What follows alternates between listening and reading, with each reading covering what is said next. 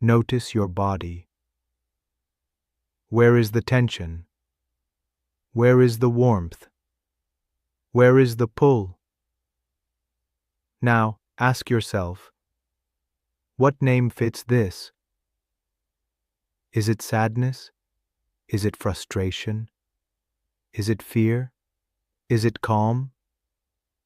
Even if you are not sure, choose one word that feels closest. You will notice something powerful. The moment you name the feeling, its chaos softens. It becomes less of a fog, more of a form. This is the foundation of emotional literacy, naming without judgment. Not saying, I shouldn't feel this way. Simply saying, this is what I feel right now. Because clarity is the first step to freedom. And every emotion you name becomes less of a storm and more of a message. Every emotion you feel is carrying a message. Anger says, a boundary has been crossed. Sadness says, something valuable was lost. Fear says, there is danger or uncertainty. Joy says, this is what aligns with who you are. Even shame and guilt carry signals. Shame says, I fear disconnection. I fear I am not enough. Guilt says, my actions do not match my values. When you ignore emotions, you miss the message. But when you pause, listen, and interpret, you learn what your inner world is trying to tell you. Think of emotions like letters delivered to your door. You can tear them up without reading.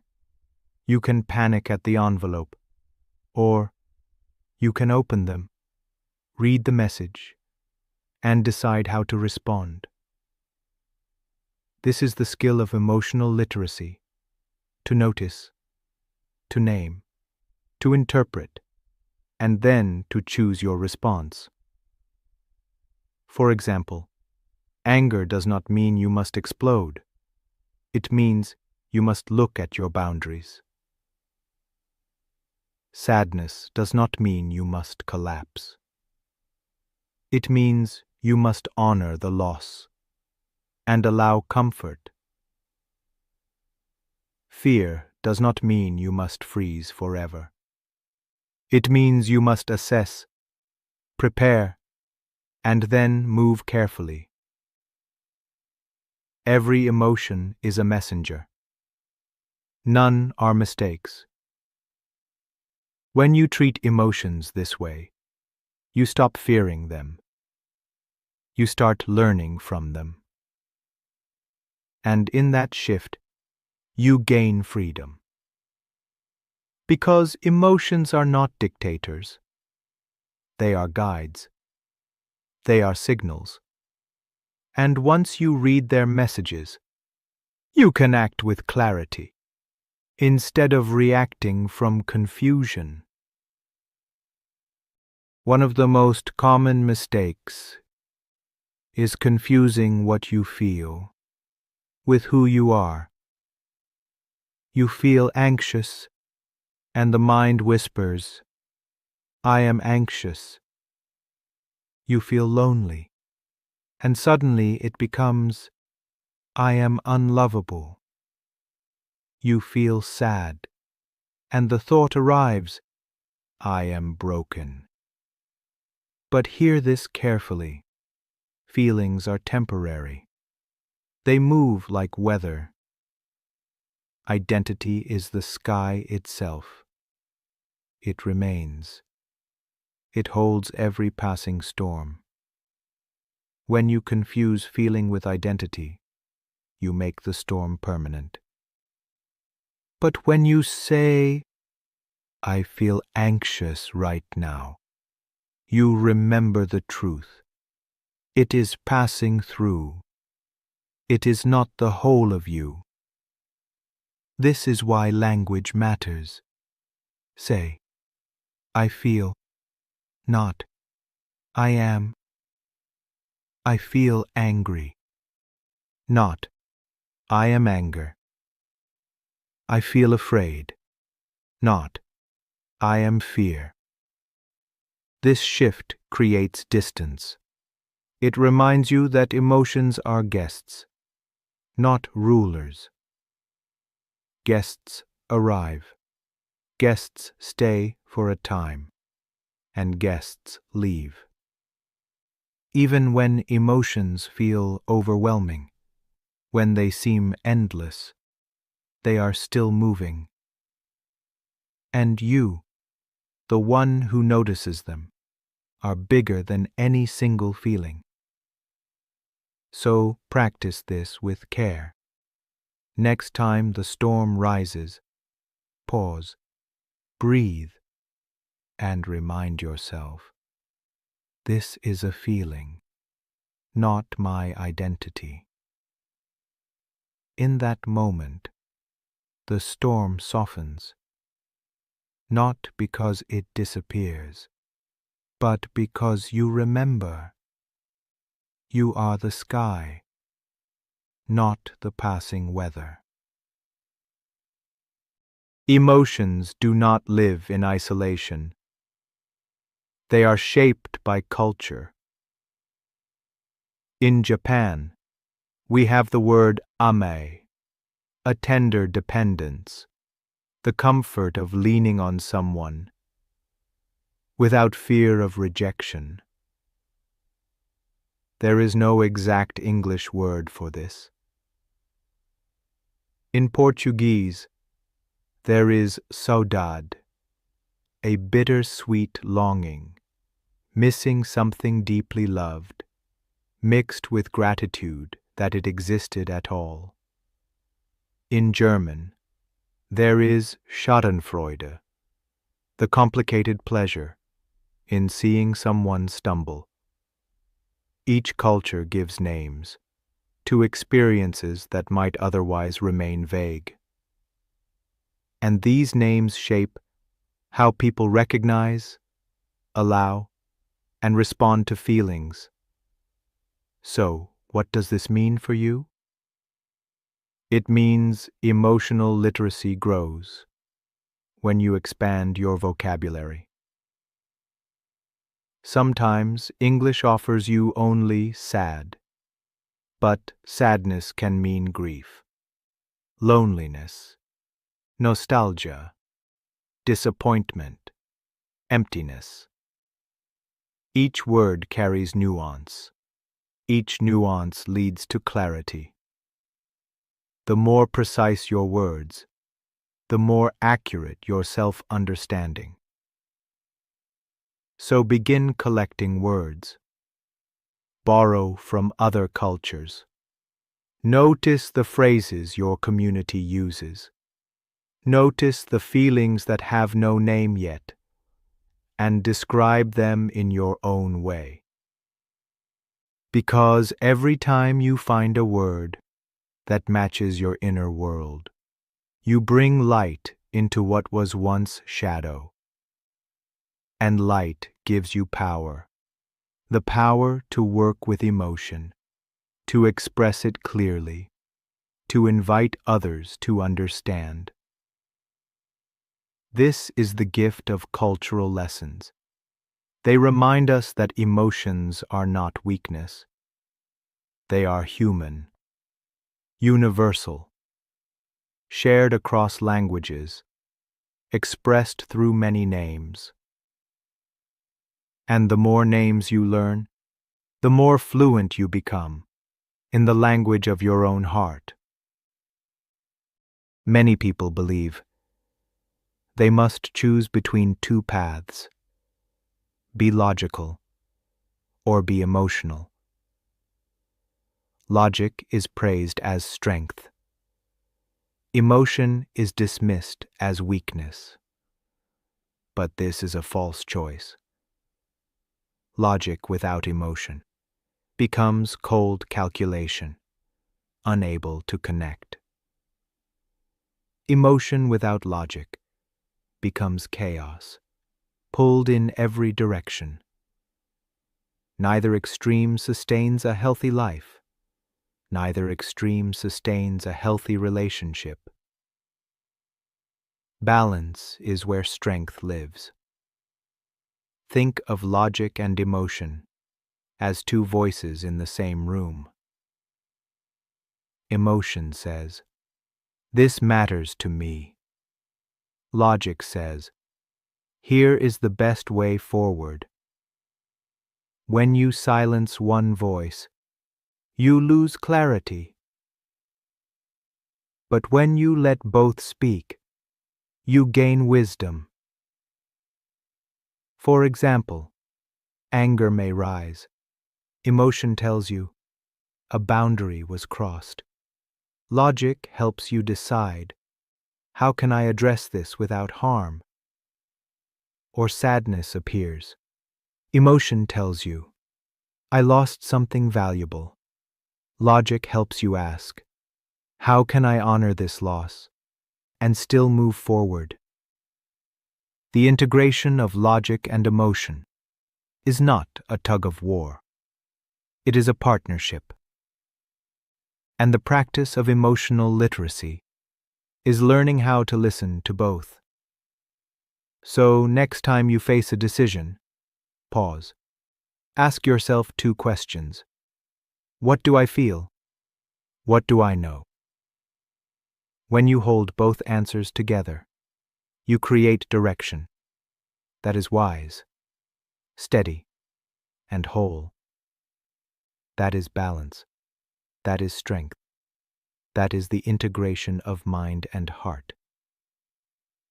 Many people believe suppression is control. They push feelings down, lock them away, and tell themselves, if I don't acknowledge this, it cannot hurt me. On the surface, it seems effective. You appear calm. You keep working. You smile when expected. But underneath, the emotion does not vanish. It waits. It gathers weight. It seeks release. Suppression is not control. It is delay. And what is delayed often returns larger, in explosions of anger, in sudden exhaustion, in tears that feel endless, or in the silence of numbness. The illusion is, I am holding it in. The truth is, it is holding me. So, how do you prevent suppression from turning against you? You allow safe release. Not every emotion must be shared publicly, but every emotion must be acknowledged somewhere. Write it in a journal. Speak it aloud in a private room. Abba, I feel angry. I feel hurt. I feel tired. Move it through your body. Walk. Stretch. Breathe until the weight softens. Share it with someone safe, a trusted friend, a counselor, a support group. Expression does not mean indulgence. It means honesty. When feelings are expressed, they flow. When they are suppressed, they stagnate. And stagnation poisons the system. So remember this. Strength is not the absence of emotion. Strength is the courage to let it move through, without letting it control you. Expression is not weakness. It is the maintenance of inner health. Because what you refuse to feel will find another way to be felt. And what you allow yourself to feel, you set free. Many people live with vague labels. They say, I feel bad. I feel fine. I feel off. But these words are fog. They blur the edges of truth. Bad could mean anxious. It could mean ashamed. It could mean lonely. It could mean tired. When you leave feelings vague, you leave yourself powerless. But when you become precise, when you say, I feel disappointed, I feel rejected, I feel hopeful, I feel relieved. Suddenly, the fog clears. The emotion becomes workable. You know what it is. You know what it asks of you. Precision is the beginning of healing. So how do you build vocabulary? Begin with simple lists. Look beyond happy and sad. Add words like content, joyful, peaceful. Add words like grief, despair, emptiness. Notice how each one feels different in the body. Next, borrow from other languages and cultures. Saudade, amai, Sehnsucht. Words that open new windows into feelings you have known, but never named. Finally, practice daily check-ins. Ask yourself, what am I feeling right now? Write down 3 words. At first, the list may feel repetitive, but over time, you will notice nuance. Frustrated is not the same as angry. Lonely is not the same as sad. Hopeful is not the same as happy. The more words you gather, the more fluent you become in the language of your own heart.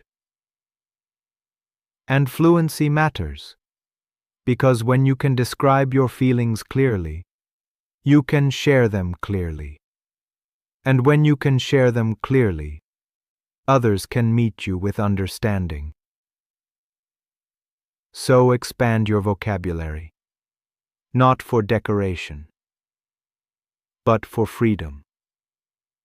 Every word you add is another tool in your healing, another step toward clarity, another way to be fully seen by yourself and by others.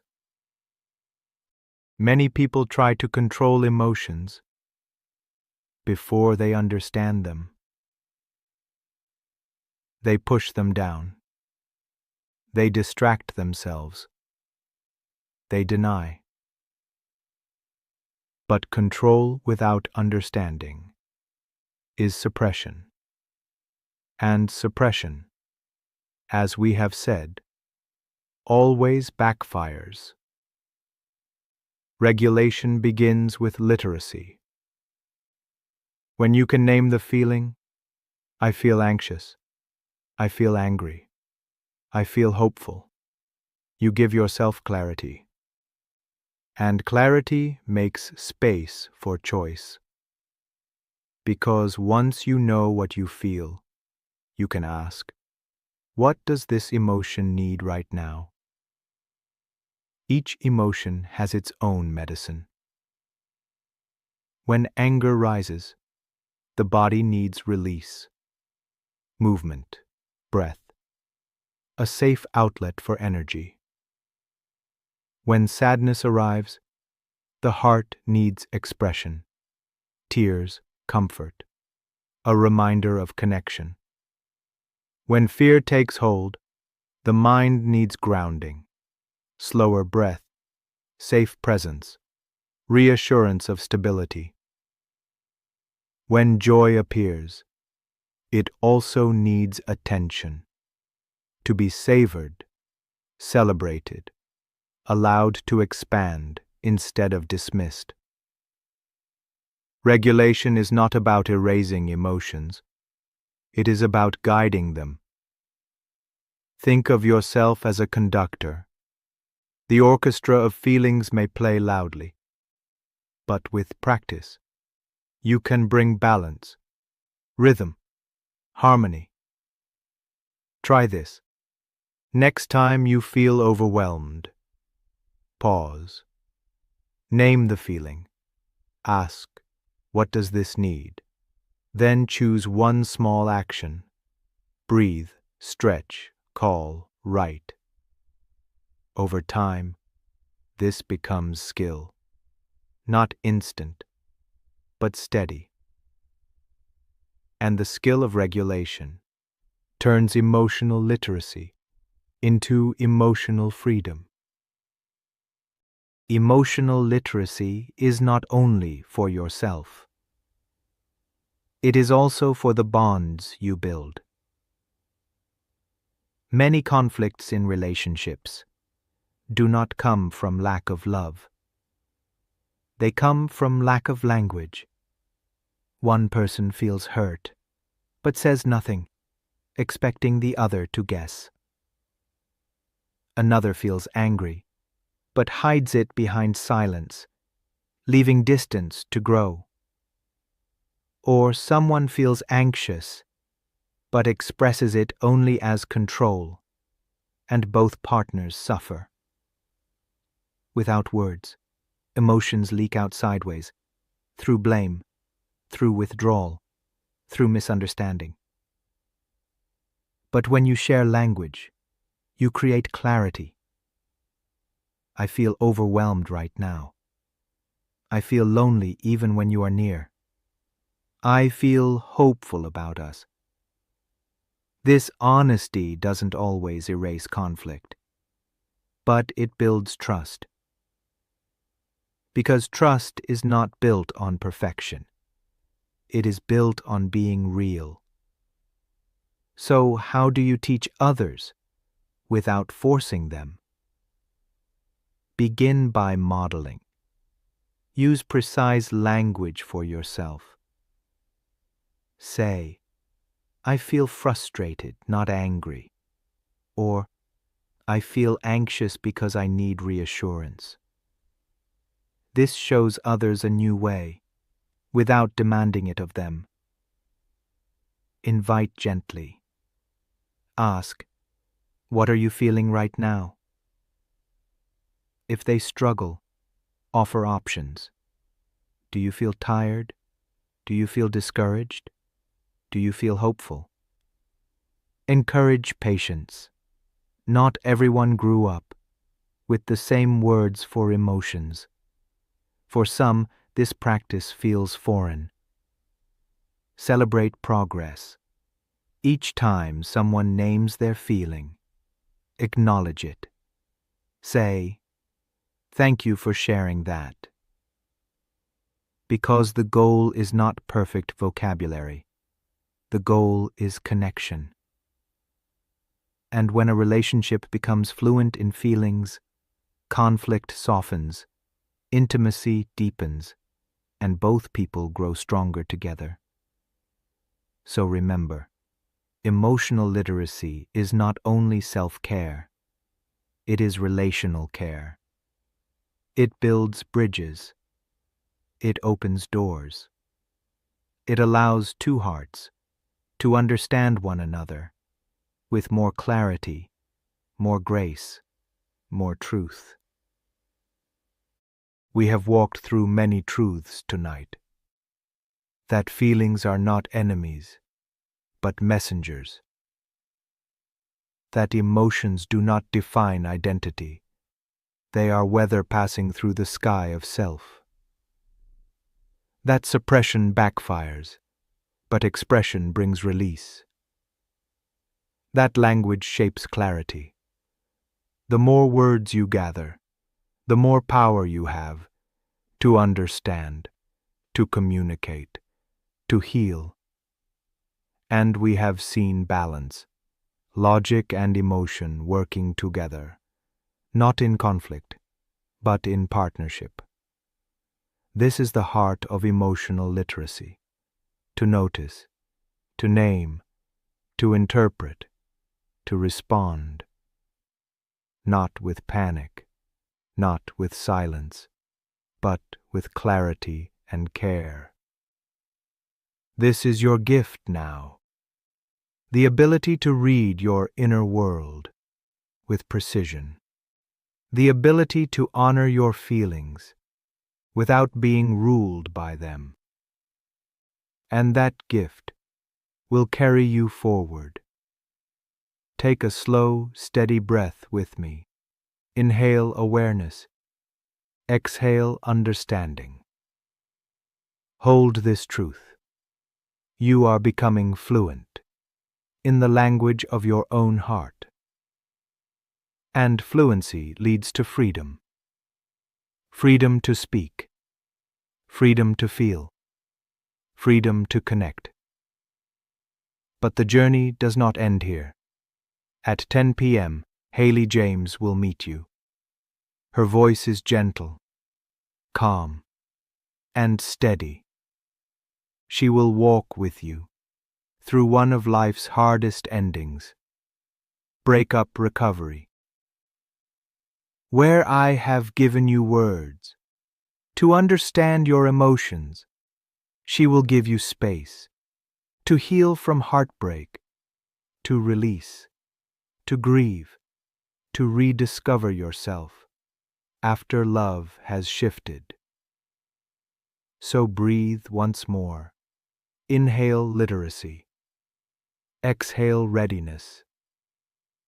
And step forward from understanding your emotions to healing your heart.